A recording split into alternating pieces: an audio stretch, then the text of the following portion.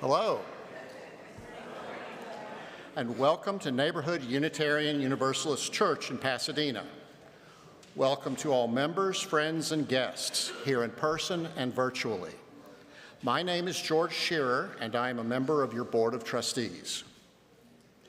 Neighborhood Church creates and grows an inclusive community of faith connected by love, spirit, and service. We acknowledge our presence on the ancestral and unceded territory of the Gabrielino Tongva peoples, the traditional caretakers of the lands and waters of this campus. With respect for the rights and wisdom of Indigenous people, we acknowledge our harmful colonial histories and commit to decolonizing our own practices, to learning new ways of being in community and with each other, in good relationship with the Indigenous people of this land and with the land itself. Today is our Social Justice Sunday.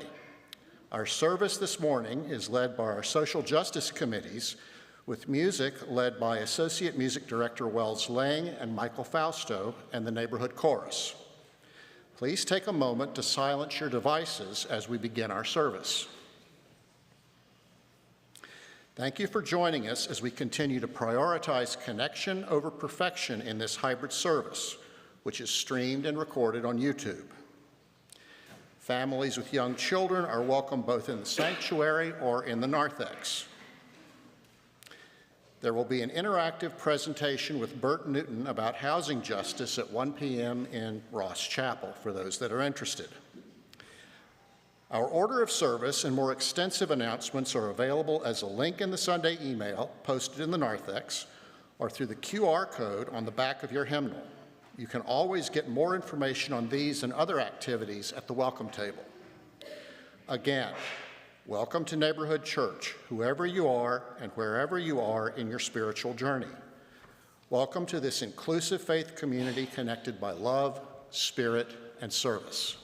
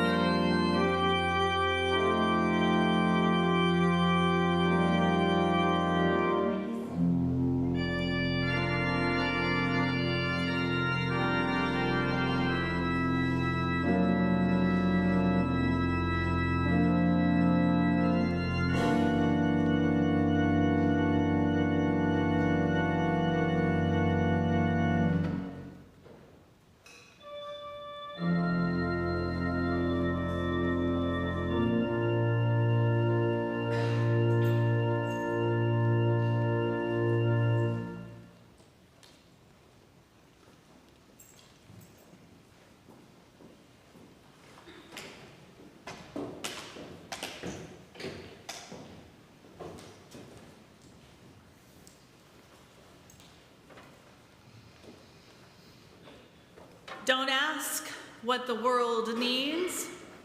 Ask what makes you come alive and go do it.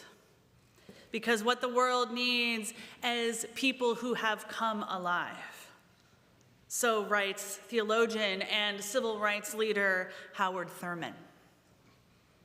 Today we gather here in this space to hear from members in our church community, our friends, our beloveds, whose lives come alive with their calling to social justice and human rights. Friends of ours, beloveds of ours who live into the call to create a diverse, multicultural, beloved community where we all thrive. In the month of February, we celebrate justice and equity, and we honor Black History Month, also knowing that putting love at the center means honoring and joyously celebrating Black history throughout the entire year. Good morning. Our faith is so strong, joy and hope walk on water. Authenticity and truth illuminate our path and guide us in humility, grace, and compassion. Collectively, we possess the power to rise like the sun and loom over injustice and inequity like Martin, Malcolm, and Rosa. Our spirits are kindred and woven into a common humanity that represents many cultures, identities, rituals, ethnicities, values, and traditions. So let us listen with our hearts, be inspired by good works, and deepen our appreciation of living social justice in community. Thank you.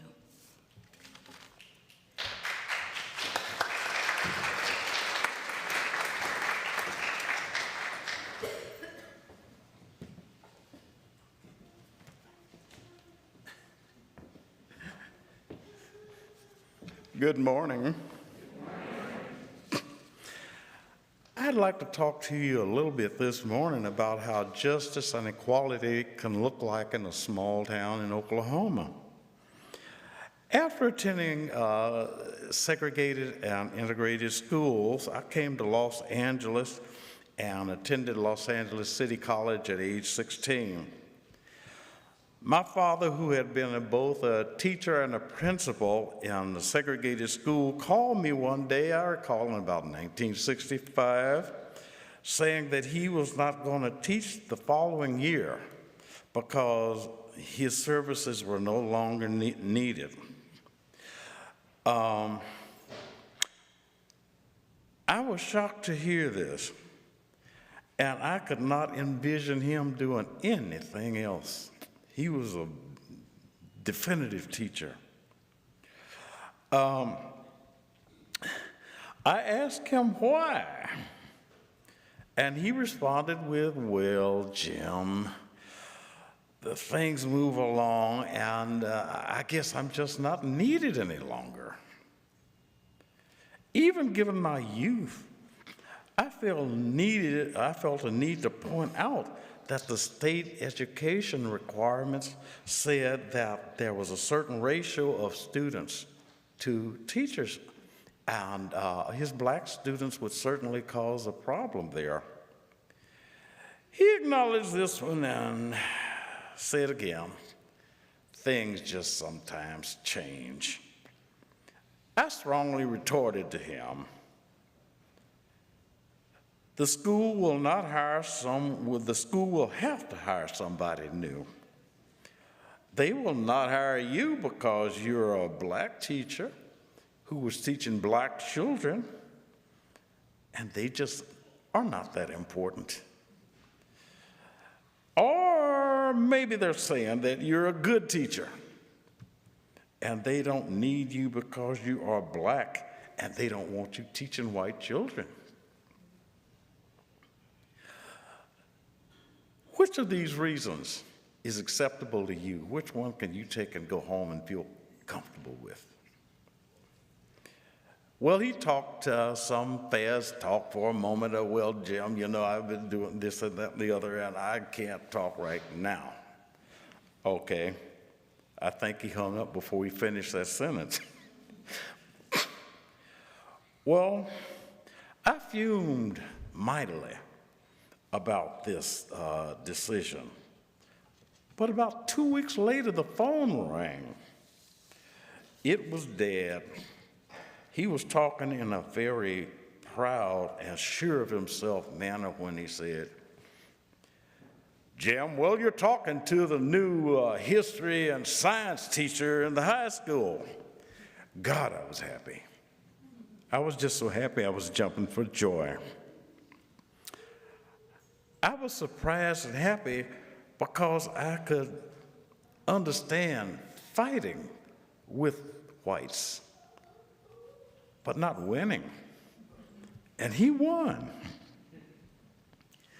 One thing he said to me that was really nice after that, he said, well, Jim, you know, now these little white kids are going to learn a lot about black history.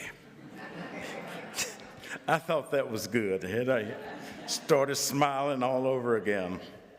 His friends on the Board of Education told him that initially they didn't want to hire them because they feared a community uproar. Uproar never came. No, it never did. Interestingly, Dad said at first that he did not want to teach little white kids because he thought there might be conflict with the parents. That, again, was not an issue. And he said later that teaching in integrated schools were the greatest experience that he had had in teaching. And I thought that was nice. A few years later, he wanted to retire after having a stroke. The principal and the superintendent talked him out of it. And they agreed to give him support where he needed it, you know, because of the verbal problem after a stroke. But he had a second stroke that caused him to have to leave the profession, which he was very sad to do. The superintendent's secretary would get lunches together every day and take them to Dad at home. And he had a woman who was supervisor of the lunchroom in his old school. And she would cook breakfast for him every day and have her husband deliver it to him on the way to work. There were many other small victories as we went along in this little small Oklahoma town. And I never found anybody to resent because things just seemed to fall into place, and I didn't understand that.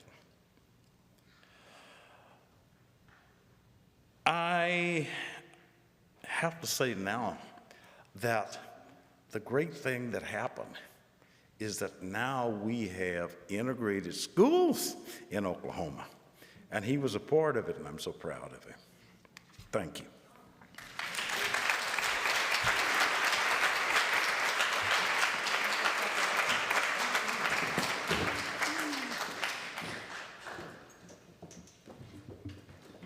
Good morning. Zenaida is homesick, so we send her good vibes. She'll be back next week. Okay, so please rise in body or in spirit and join in singing our opening hymn, number 1018, Come and Go With Me, in our teal hymnals.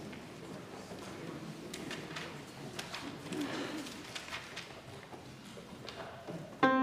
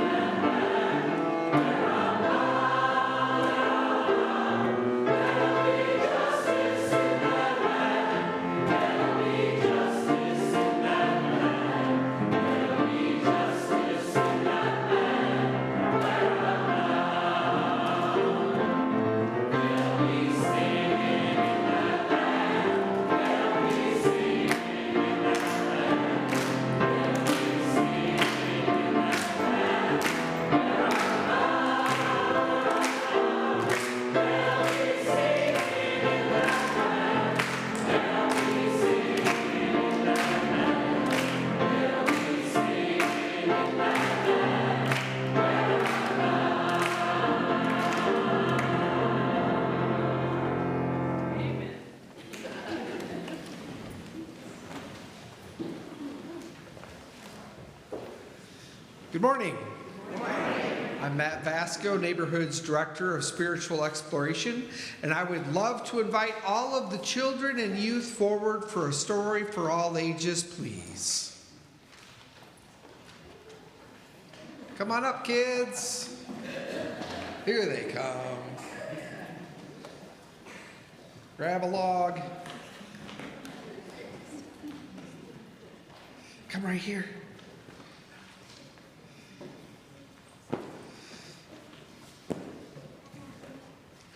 Today, we have a special guest. My friend Julian Juarez is here to share a story with us all about how it's important that we remain true to our true selves. And when we remain true to our true selves, it helps other people be true to their true selves too. Take it away, Julian. Thank you, Matt. All right, the book I'm reading today is called My Shadow is Purple.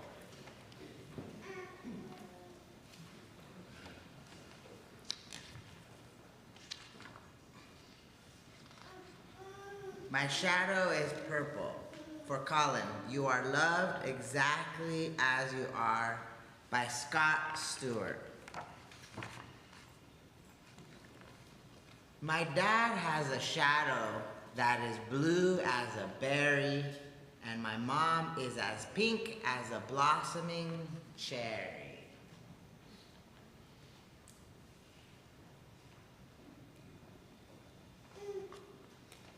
There's only those choices, a 2 or a 1. But mine is quite different. It's both and it's none.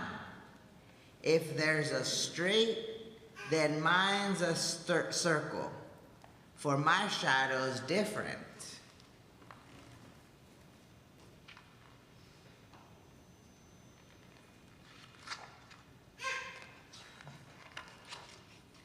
My shadow's purple. My shadow loves playing with all sorts of toys. Things loved by girls and things loved by boys.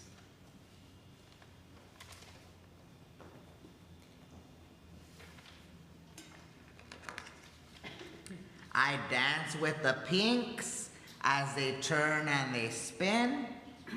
I play sport with the blues as they lose and they win.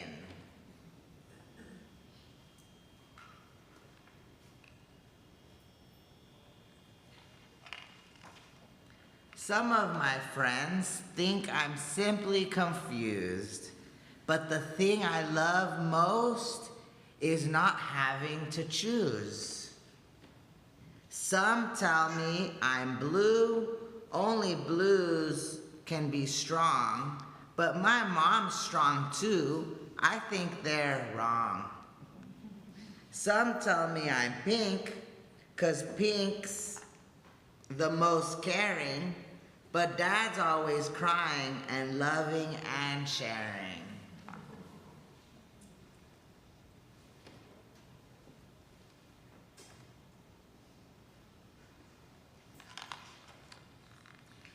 Why can't I love sport and dancing and trains and ponies and engines and planes and glitter?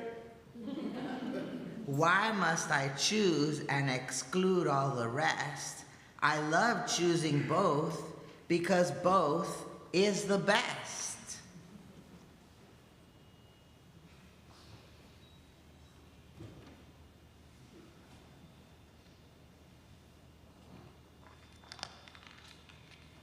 And now it is time for the greatest event.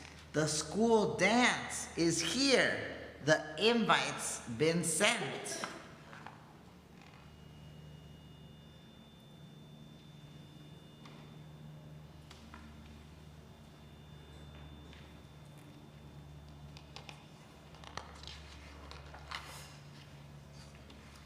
I'm ready to rock and I'm feeling cute. My mom's made my skirt, and my dad's made my suit.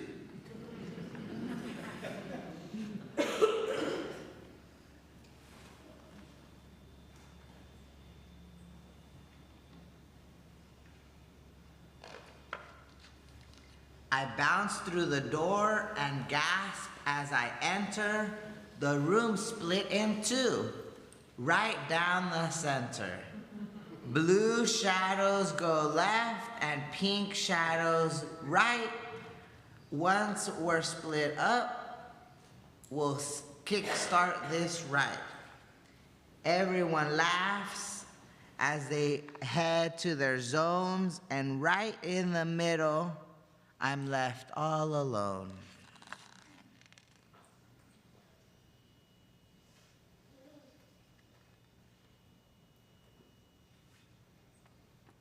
It gets happier, I promise.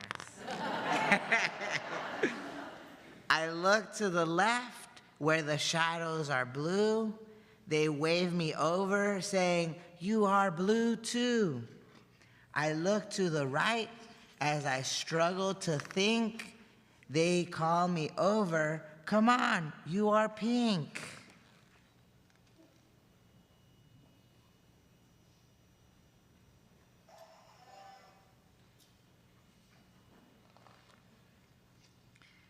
The teacher walks up, looking rather amused. "I know you are different, but now you must choose."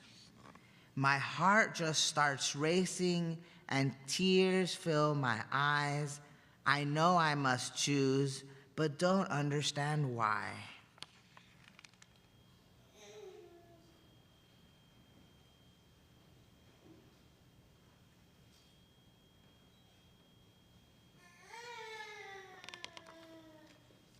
The room has gone quiet and everyone's looking.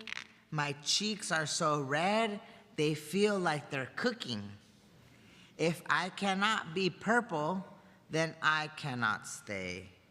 I'll leave and go home, I quietly say. I slowly start walking, my legs are like jello. A voice breaks the silence.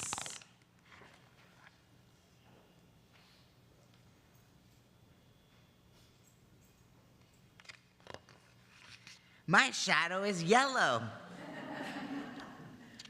My eyes open wide, my shadow, it gawks. A child walks to the middle, looks up and talks. There's more than two colors our shadows can be. I was too scared before, but blue is not me. I know from outside blue fits like a glove, but my shadow's yellow, which to me feels like love.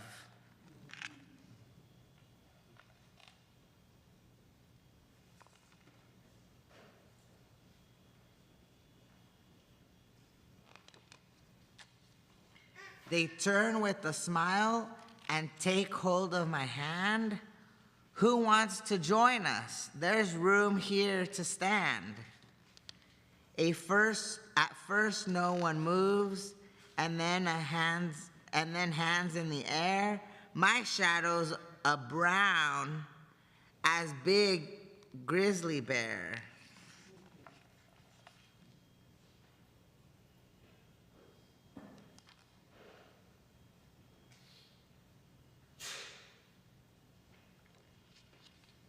My shadow is red, mine's silver, mine's green, mine's violet, mine's aquamarine, mine's orange. They all rush to join us, whatever their color, blue, pink, and purple, and shadows called other.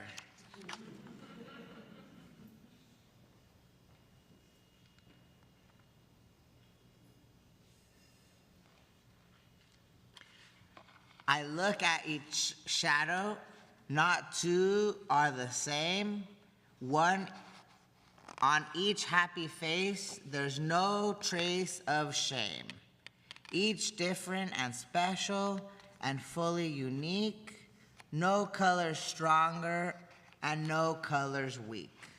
the teacher comes over as we're joined as one, whatever your color, start dancing, have fun. Now she wants to join the fun.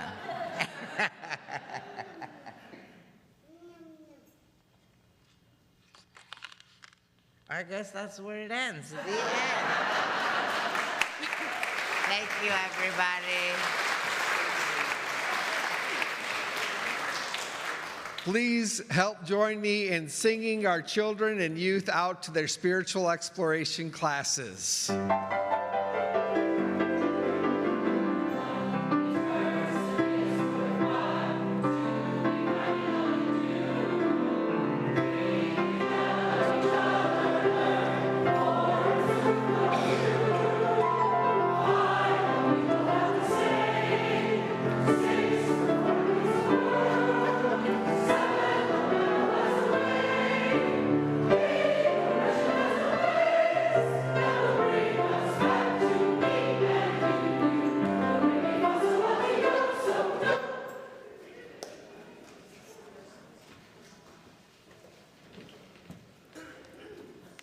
Good morning. Hi, my name's Nadia Hillman, and I am here as co-chair of the Chair of the Plate Committee. Each Sunday, our congregation dedicates 100% of its offerings gathered during service to 501c3 organizations or neighborhood church-based social justice activities that are making a difference in our community and the world. These organizations are nominated by neighborhood members who often are longtime volunteers and supporters of these change-making organizations. The Share the Plate Committee collects nominations, carefully vets, and selects the charitable organizations that will receive the weekly church offerings. We aim to support impactful nonprofits that align with our congregation's values of interdependence, equity, transformation, pluralism, generosity, justice, and love. Previous organizations have focused on topics including food insecurity, support for the unhoused, reproductive rights, voting rights, schools and education, racial equity, LGBTQIA+ support, environmental advocacy, support for children and youth, arts, advocacy, and more. If you know of an outstanding organization that is making a difference and you think it should be considered, please submit a nomination form via our website or visit the social justice table for more information. But also, we are seeking members to join our committee, the Share the Plate Committee. As a member of the committee, you'll thoughtfully research groups, review financials, evaluate programs, and ensure donations further our mission. We meet monthly, virtually, contribute diverse perspectives, have meaningful discussions, and collectively and collaboratively decide where our funds can create the most good. I also have to admit, it's one of the most fun committees and most productive committees here at Neighborhood. Not that it's a competition or anything, but I'm just... If you're interested in joining or have any questions, the Share the Plate Committee and program, reach out to myself or any other members of the committee, including Taylor Chazin, Katie Goulding, Alex McAdams, or Delphine Vasco. You can also reach out to Dr. Deirdre Price, and she'll connect you with us. Now, let's get to giving today. In addition to placing your donation in the plate, online giving is available using the QR code on the donation box just outside the sanctuary or using the text instructions shown on the screen. If you wish to make a payment toward your pledge or contribute to church operations, make a note in the subject line or use an envelope available at the donation box. This week, our gifts will support the Pavlov Foundation. Here to tell us more is our guest, Emily Keith, the Executive Director of the Pavlov Foundation. Welcome to Emily.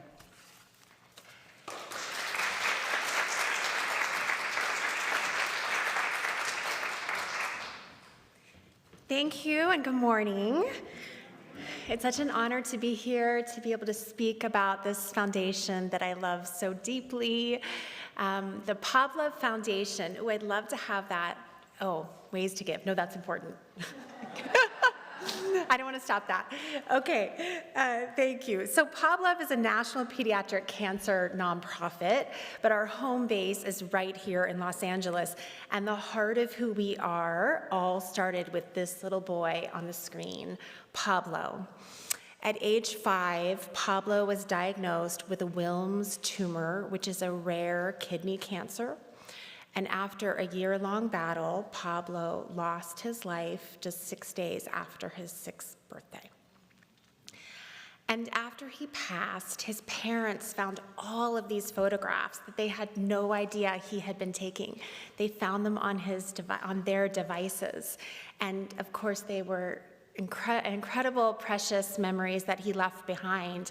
But what they also discovered is that he was using photography as an outlet during his cancer journey. And that was sort of an aha moment for them.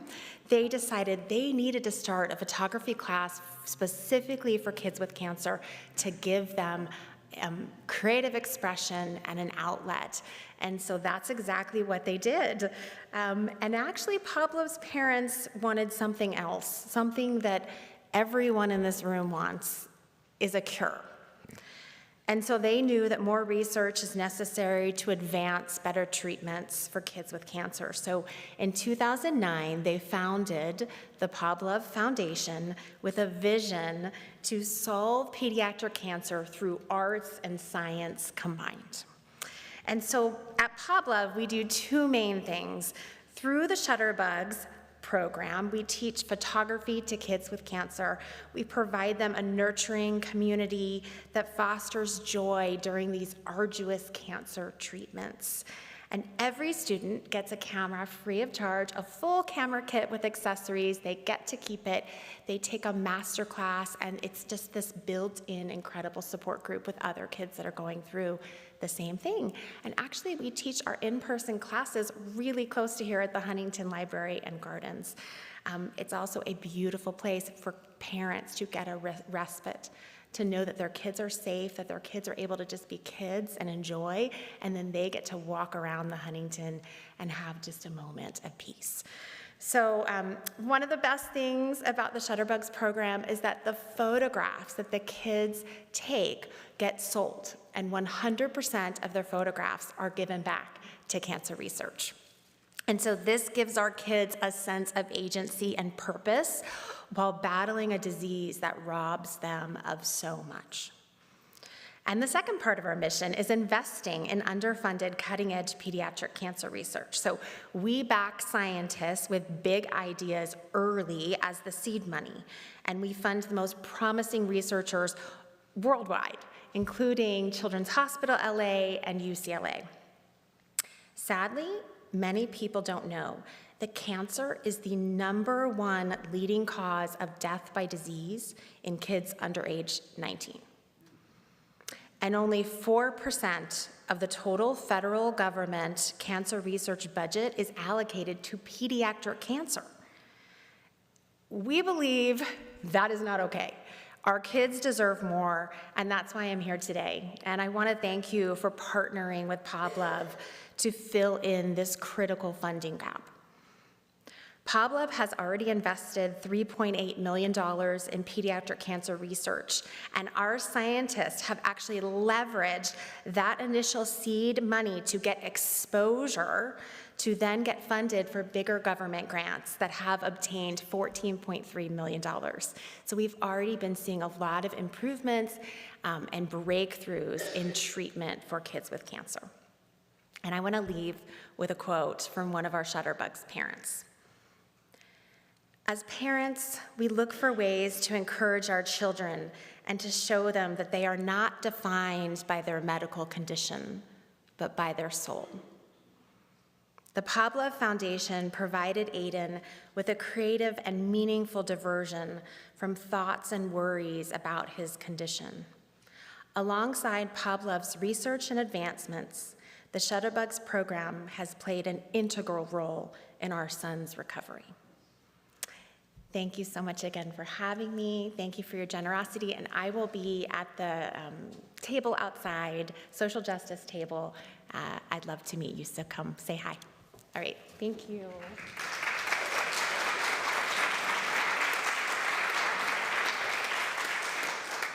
The offertory will now graciously be provided.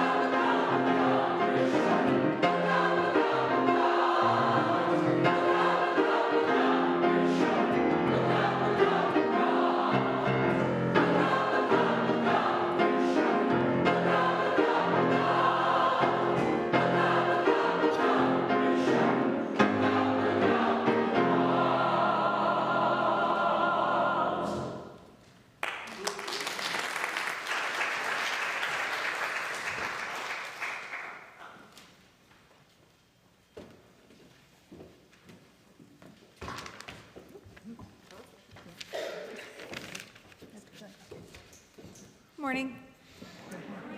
I'm Carrie Vargas. I am on the Social Justice Council, the 8th Principal Committee, and the Board Nomination Committee.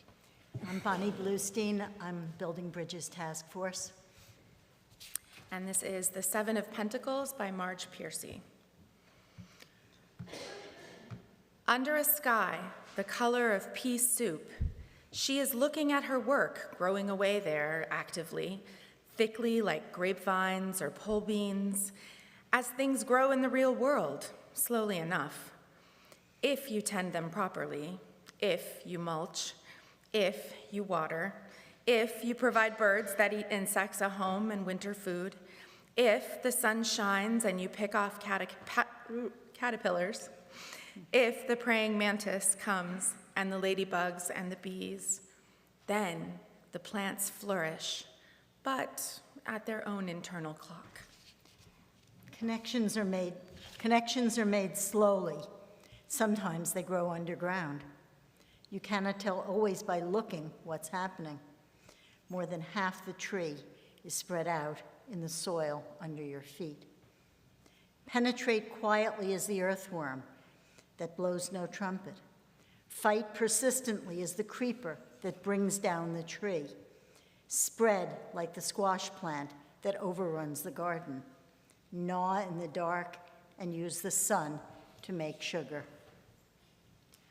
Weave real connections, create real nodes, build real houses. Live a life you can endure. Make love that is loving. Keep tangling and interweaving and taking more in.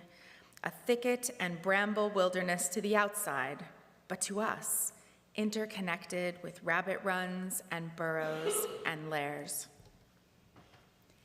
Live as if you liked yourself, and it may happen. Reach out, keep reaching out, keep bringing in. This is how we are going to live for a long time. Not always, for every gardener knows that after the digging, after the planting, after the long season of tending and growth, the harvest comes.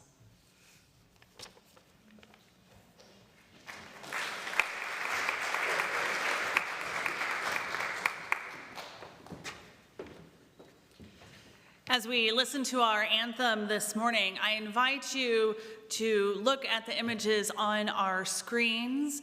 Today we have a few photographs from our two flagship programs here, social justice programs that many of you have participated with over the years, who have, I believe, both been here for decades. ACAC supporting foster youth and our Esperanza trip that goes to the southern border to build housing. So as we listen to the beautiful song today, let us celebrate also these two programs and enjoy the photographs that they have shared with you this morning. Thank you.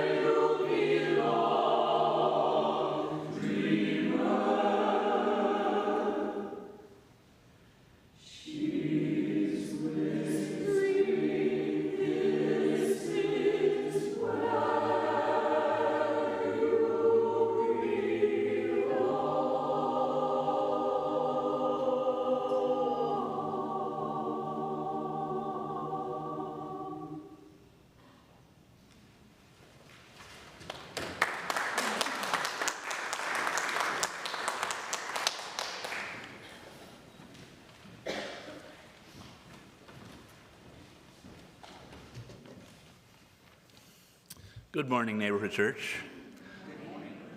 As an astronomer, I've always resonated with our seventh principle, respect for the interdependent web of all existence of which we are a part. I'm Peter Eisenhart, and I'm going to tell you a little bit about how the Seventh Principle Committee got started. In December of 2004, I went to a series at Ross Chapel on climate change by John Gammon, a biologist who had been seeing the ice disappear on Alaska's North Slope. At the end of that series, John asked, "What should we do?" I'd been thinking about it for a decade, but I was finally ready to stand up and start an environmental action group, the Seventh Principle Committee. It was easier than I thought. Our initial group included church members with inspiring environmental credentials: Scott Wilson, who founded Northeast Trees; Nancy Steele, who founded what's now the Arroyo and Foothills Conservancy; ministerial intern Connie Yost, who started Earthworks Urban Farm. The environmental crisis can seem overwhelming, but we had some successes. In 2010, Neighborhood Church became a green sanctuary. In 2017, we voted to become a net zero congregation. And last year, as a member of the Pasadena 100 Coalition, we helped persuade the Pasadena City Council to set a goal of 100% carbon-free electricity by 2030. Just 2 weeks ago, for Reverend Omega's installation, Deirdre Price and Matt Vasco organized a service activity at Northeast Trees Nursery, something we're hoping to do every few months going forward. And just on February 5th, we met with our executive director, Elizabeth Campo, and George Scherer, who you heard from earlier this morning, on moving ahead on reducing our carbon footprint with efficient outdoor lighting, a little show and tell here, air conditioning, and to plan the next steps toward installing solar power at the church. Well, that's where we've been, and now Lauren Corey is going to tell you where we'd like to go. Good afternoon, everyone. After an inspiring brainstorming conversation a couple months back with Dr. Deirdre Price, we offer this very alluring call to action, or maybe more accurately, a call to connection. The Seventh Principle Committee very much wants to connect with other social justice groups, such as the young adults, neighborhood people of color, LGBTQ, CUPS, Dirt Divas, foster kids, Matt's Sunday school kids, you name it. We don't want to only focus on our forever quest for campus solar panels, or the campus's electric and fossil fuel consumption, or how we can help your household get off fossil fuels, but also focus on the passions and available bandwidth that any of our groups hold for sustainability issues. Earth Day is April 22nd, and it is a perfect celebration for launching our idea of a call to connections. Not every individual needs to buy a Tesla or a heat pump, as shocking as that may sound. Yet maybe a group is excited about innovative agriculture or farming practices and how they relate to global warming, and wants to spearhead a presentation to the community. Maybe our creative young people want to educate us not always on buying brand new clothing. This is actually a vibrant movement gaining steam across the country. In fact, after the 9:30 service, a member came up to me afterwards and said she wanted to work on that. Really cool. These ideas, when shared, create a synergy and a stronger community. So please reach out to me from your group. And if you aren't in a specific group yet want to help or just ask questions, all the better. The planet is heating up, so let's offer and find as many divergent and fun activities, great and small, as we can. Only collectively can we change the world. Join us outside the sanctuary today and also on Sunday the 25th, and get one of these little pieces of paper from me that will remind you of this idea and how to connect with me. Thank you so much for your time.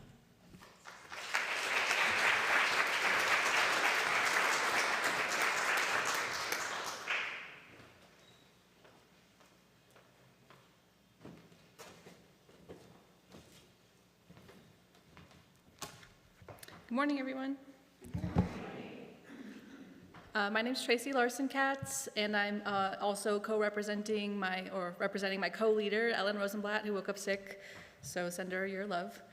But yeah, Ellen and I lead two groups together, actually. We do the Fiber Arts and Textile Enthusiasts, or my knitting. But I'm here to talk about the other one we lead, which is the Civic Action Letter Writing Group. We coordinate participation in national nonpartisan voter registration and voter turnout initiatives, and we do this in support of Unitarian Universalism's fifth principle, the right of conscience and the use of the democratic process within our congregations and in society at large. Our group recently started gathering monthly in person now on the second Sundays in Neighborhood House or the Cole House in the living room after whichever the last service is, that if it's one service or two services. We light a chalice, we check in briefly with joys and concerns, we work on our assignments as a group, and we share our progress, and we even sometimes have musical accompaniment. For the registration postcards, we get names, addresses, and scripts from an organization called Field Team 6. We trust them to gather the names of unregistered voters from underrepresented communities. We modify their scripts to use nonpartisan language and remove mention of any specific candidates, and then we create these little packets to make it very easy for you to get your assignments. They each have 10 cards, so it's like kind of bite-size action. And for the voter turnout letters, we get the letter templates and addresses from an organization called Vote Forward, and those letters focus on upcoming election and increasing voter turnout, and it gives you a chance to say why voting is important to you. They do a lot of research on their campaigns, and that's one reason we really like them. They've done a lot of look at how effective these letters actually are in big elections such as the 2022 midterms and this year's presidential election. They'll ask us to save our letters and mail them all at one time in what's called the Big Send on a specified date, usually at the end of October. And in the past, we've combined our letters with ones from our local Swing Left chapter, and we've driven triumphantly to the post office together with thousands of letters. So for October 2022's The Big Send, we had a goal of writing 2,000 letters as a congregation, which we actually beat by 25%, which felt really great. So this year, we're hoping to raise the bar even higher and make it to 3,000 letters. But however, Neighborhood recently lost one of its most prolific letter writers, Tom Levitt, who died this past October. In 2022, Tom wrote more than 300 letters for the Big Send, making up 15% of our goal. And Tom was especially keen on political action since his parents, who were successful screenwriters, were on the Hollywood blacklist for their political leanings. They were hauled before the House Un-American Activities Committee in 1951, where they refused to testify. Tom was 5 years old at the time. And Tom knew, and so do we, that elections matter to our families, to our communities, to the direction of our country, and that our own actions can make a difference. So look around, how many people are here at this service? Maybe 100, 150? We'd each need to write at least 3 letters just to fill Tom's shoes. But I know we can. You may wonder if letter writing makes a difference in the presidential campaign or election, especially when we all know it's happening, but it does. In the 2020 presidential election, Vote Forward letters led to 126,000 more votes than a control group who didn't get them. And the deciding number of votes in that election was only 65,000. So your small action of writing a letter makes a huge difference in the direction of this country. And aside from the surface value of increasing engagement, we also see our group as one which builds community and provides support. Writing letters together gives us a feeling of self-worth, hope, and an opportunity to do something proactive rather than dwell on our fears in these troubling times. Over the last 6 months, we have mailed 1,060 letters or postcards to 5 states, written by 39 people in Neighborhood's community, with another 330 postcards actively assigned. So raise your hand if you completed one of our packets since August, or you have an assignment right now. Thank you, everyone. And we really appreciate your time and dedication. We have another 500 postcards available to be assigned right now. It's a little less because I already spoke this morning, but, but please stop by the social justice table and contact either Ellen or I, and we'll get you set up with a packet. But perhaps you don't feel like your handwriting skills are up to the job. Well, there's still a way for you to help. Postage prices have increased frequently in recent years and currently are set at 53 cents for postcards and 68 cents for letters. You can make an impact by dropping some money into our postage fund, and thanks to everyone who has already donated. Our goal for the remainder of the year is to write 400 letters or postcards per month until October, or 2,800 pieces of mail, which will be more than $1,800 in postage costs alone.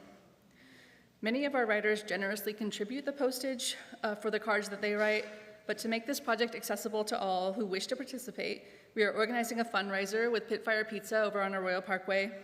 So stay tuned for more details on how you can help our values get a bigger piece of the pie next election, one slice at a time. Sorry if that's too cheesy.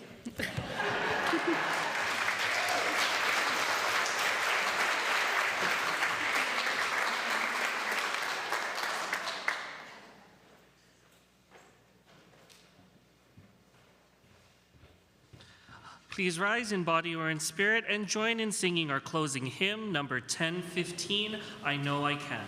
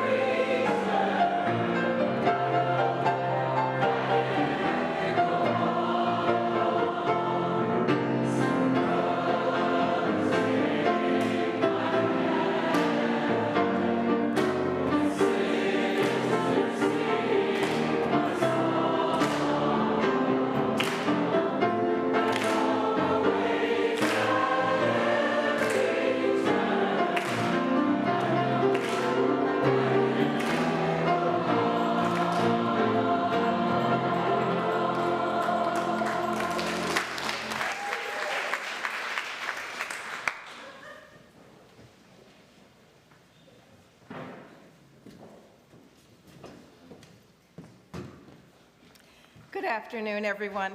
I'm Vicki Heastand, and I'd like to share with you a Navajo prayer. It's called Walking in Beauty, and it's part of the Blessing Way ceremony. In the Navajo culture, walking in beauty means walking in balance, with balance in your life, walking in harmony with nature and your community, walking with love in your heart, and justice. Okay, I'd like to do the Navajo first.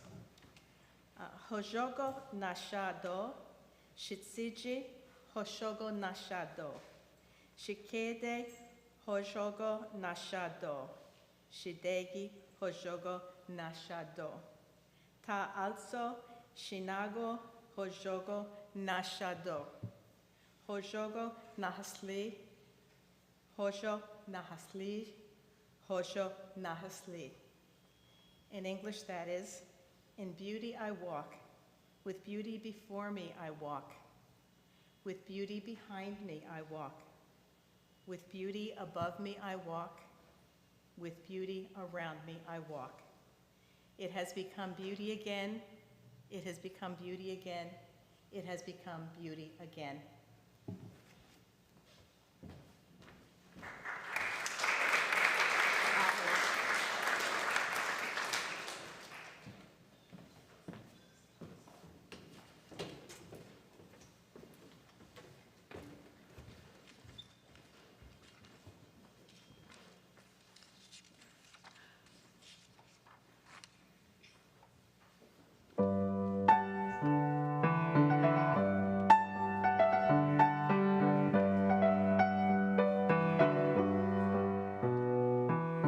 Mother, mother, there's too many of you crying.